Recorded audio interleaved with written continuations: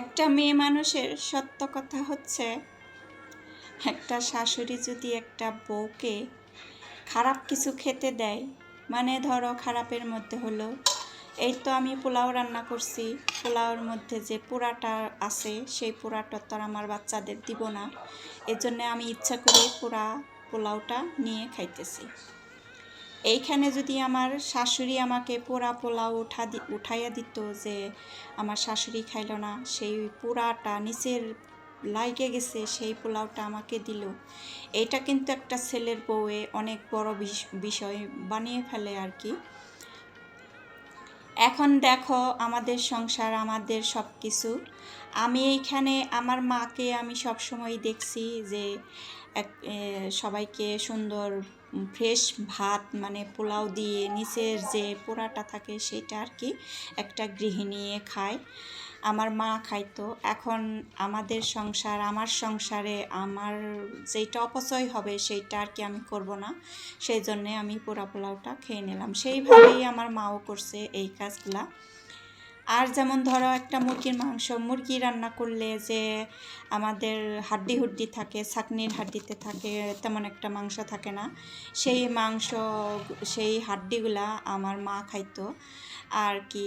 দুঃখ করে বলতো যে সবাইকে ভালোটা দেওয়ার পরে আর ভালো কিছু থাকে না, তার জন্যে আমার এই হাড্ডিগুলা খাইতে হয়, সেইখানে আর কি মাংসই থাকে না।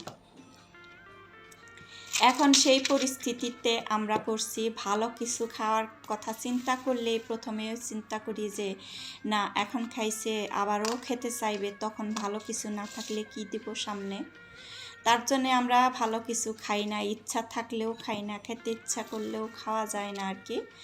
এই তো সংসারের কাজ কামে লেগে পড়েছি। আজকে রান্না করব পোলাও, গরু মাংস, ছেলের পছন্দে। এখন এই তো দেখো 11:30 বাজে, এখন আমার ছেলে বলতেছে যে একটু মাংস রান্না করো, তার সাথে একটু পোলাও হলে ভালো হতো। তার জন্যে ঝটপট করে আমি এই তো গরু মাংস ভিজিয়ে নিলাম, তার সাথে গরম পানি করে নিছি। তারপরে গরম পানিতে যখন না ভিজলো, এই টিপসটা আমি ফলো করছি যে একটু লবণ দিয়ে দেই, তাড়াতাড়ি ছেড়ে যাবে মাংস। গরু মাংস বরফ ছিল, এইটা হচ্ছে সেই রোজার মধ্যে যে মাংসটা আনছিল, সেই মাংসটা অনেক বরফ ছিল, তার জন্য আর কি লবণ দিলাম, পরে দ্রুতই মানে মাংসটা ছেড়ে গেল। এই তো আমাদের যে পছন্দ হয় খাবারের জন্য, সেই পছন্দ অনুযায়ী কিন্তু আমরা কখনোই রান্না করি না যে এই জিনিসটা আমার পছন্দে আজকে রান্না করলাম, সবাই খাইলো। প্রথমে যে জিজ্ঞেস করি যে মেয়ের কি পছন্দ, ছেলের কি পছন্দ, তারপরে ছেলের বাবাকে জিজ্ঞেস করলে বলে যে বাচ্চাদের জিজ্ঞেস করো তারা কি খেতে ইচ্ছা করে। এটা আমাদের মানে কখনো নিজের পছন্দ অনুযায়ী আমরা কিছুই করি না, সবার পছন্দ মানে আমার ছেলে মেয়ের পছন্দ সেইটা। এই মেয়ে যখন শ্বশুর বাড়িতে যাবে তখন আর কি তার পছন্দর কিছু থাকবে না, সবার পছন্দ অনুযায়ী সে রান্না করবে আর কি, অন্যান্য মানুষকে জিজ্ঞেস করবে যে কার কি পছন্দ। এটা হচ্ছে আমাদের মেয়েদের, গৃহিণীদের কর্তব্যর মধ্যে পড়ে আর কি, একটা দায়িত্বের মধ্যে পড়ে। এখন তো আমি আমার মেয়েকে সুন্দরভাবে গুছিয়ে মানে সব কিছু সামনে দিয়ে যেইটা খেতে চাই ওইটাই খাওয়াই। আর এমন সময় আসবে শ্বশুরবাড়িতে যেইটা ওর মন চাইলেও খেতে পারবে না, তখন খুবই খারাপ লাগবে, তার চিন্তা করে যে এখন দেই ভালো জিনিসটাই খাওয়াই। আর তখন সে না খেয়ে অন্যজনের জন্য রাখবে, কি তার ছেলে মেয়ে হলো তার জন্য রাখবে, কি হাজব্যান্ডের জন্য রাখবে, শ্বশুর শাশুড়ি থাকলে তাদের জন্য রেখে দিবে যে এখন খাইলেও পরে যদি আবার খেতে চাই কি দিব। এইভাবেই হচ্ছে আমাদের জীবন। এখন এই তো মেজবানি গরু মাংস দিয়ে, আমি গরু মাংসের মশলা দিয়ে আমি গরু মাংস রান্না করব। এই মশলাটা দিয়ে গরু মাংস রান্না করলে এত টেস্ট হয় আমি আগে জানতাম না, তাহলে তো আগে থেকেই আমি এই মশলাটা এনে রান্না করতাম। তো এটা রান্না শুরুতে আমি পেঁয়াজ দিয়ে একটু মানে শুকিয়ে নিছি, ডিপে আসছিল পেঁয়াজ, আর তেলের মধ্যে দিলে অনেকটা পানি ছিটে উঠে, এই জন্য আর কি পরে তেল দিয়ে দিলাম, পেঁয়াজ আগে দিয়ে দিছি।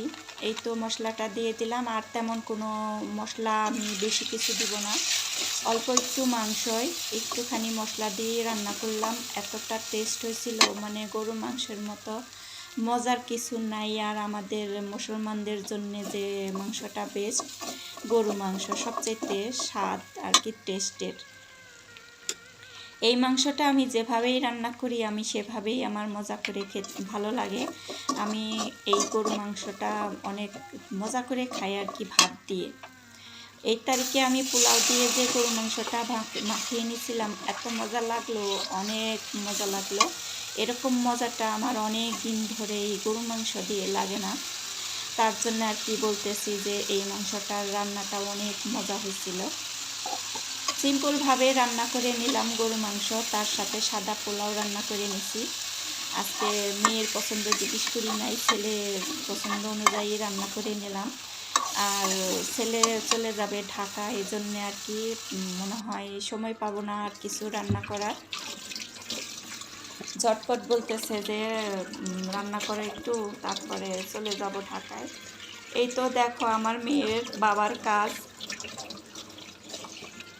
এই টমেটোটা হয়তো অনেক দাম কম পাইছে, এজন্যে এত কিপটামো করলেও হয় না।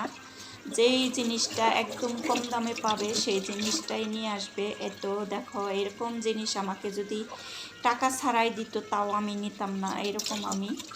আর আমার মেয়ের বাবা একদম অন্যরকম, একটু কিপটামি করে সব কিছুতেই।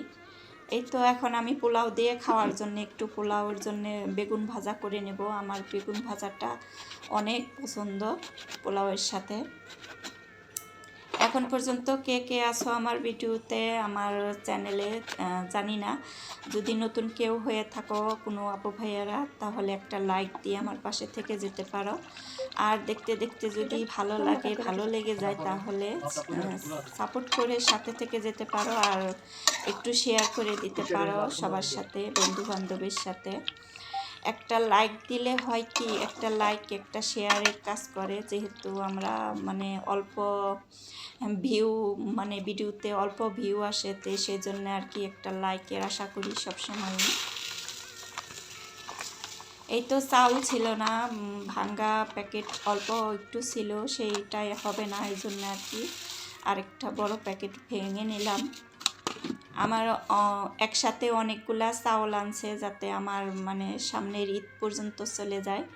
এর মধ্যে তো বাচ্চারা পোলাও খেতে চাই, সবসময় এইসব করে দিতে হয় আর কি। এই তো রান্না বান্না কমপ্লিট। এদিকে আমি গরু মাংসটা রাইস কুকারে দিয়ে দিছি, আস্তে আস্তে হবে আর কি। একটু নরম হলে গরু মাংসটা মজা লাগে। আর তেমন একটা কিছু বললাম না। আর সংসারের উন্নতি করতে চাইলে অল্প অল্প খরচ করতে হবে, হিসাব করে খরচ করতে হবে। আমাদের তো হিসাব করে অভ্যাস আছে। আজকে এই পর্যন্তই, আল্লাহ হাফেজ।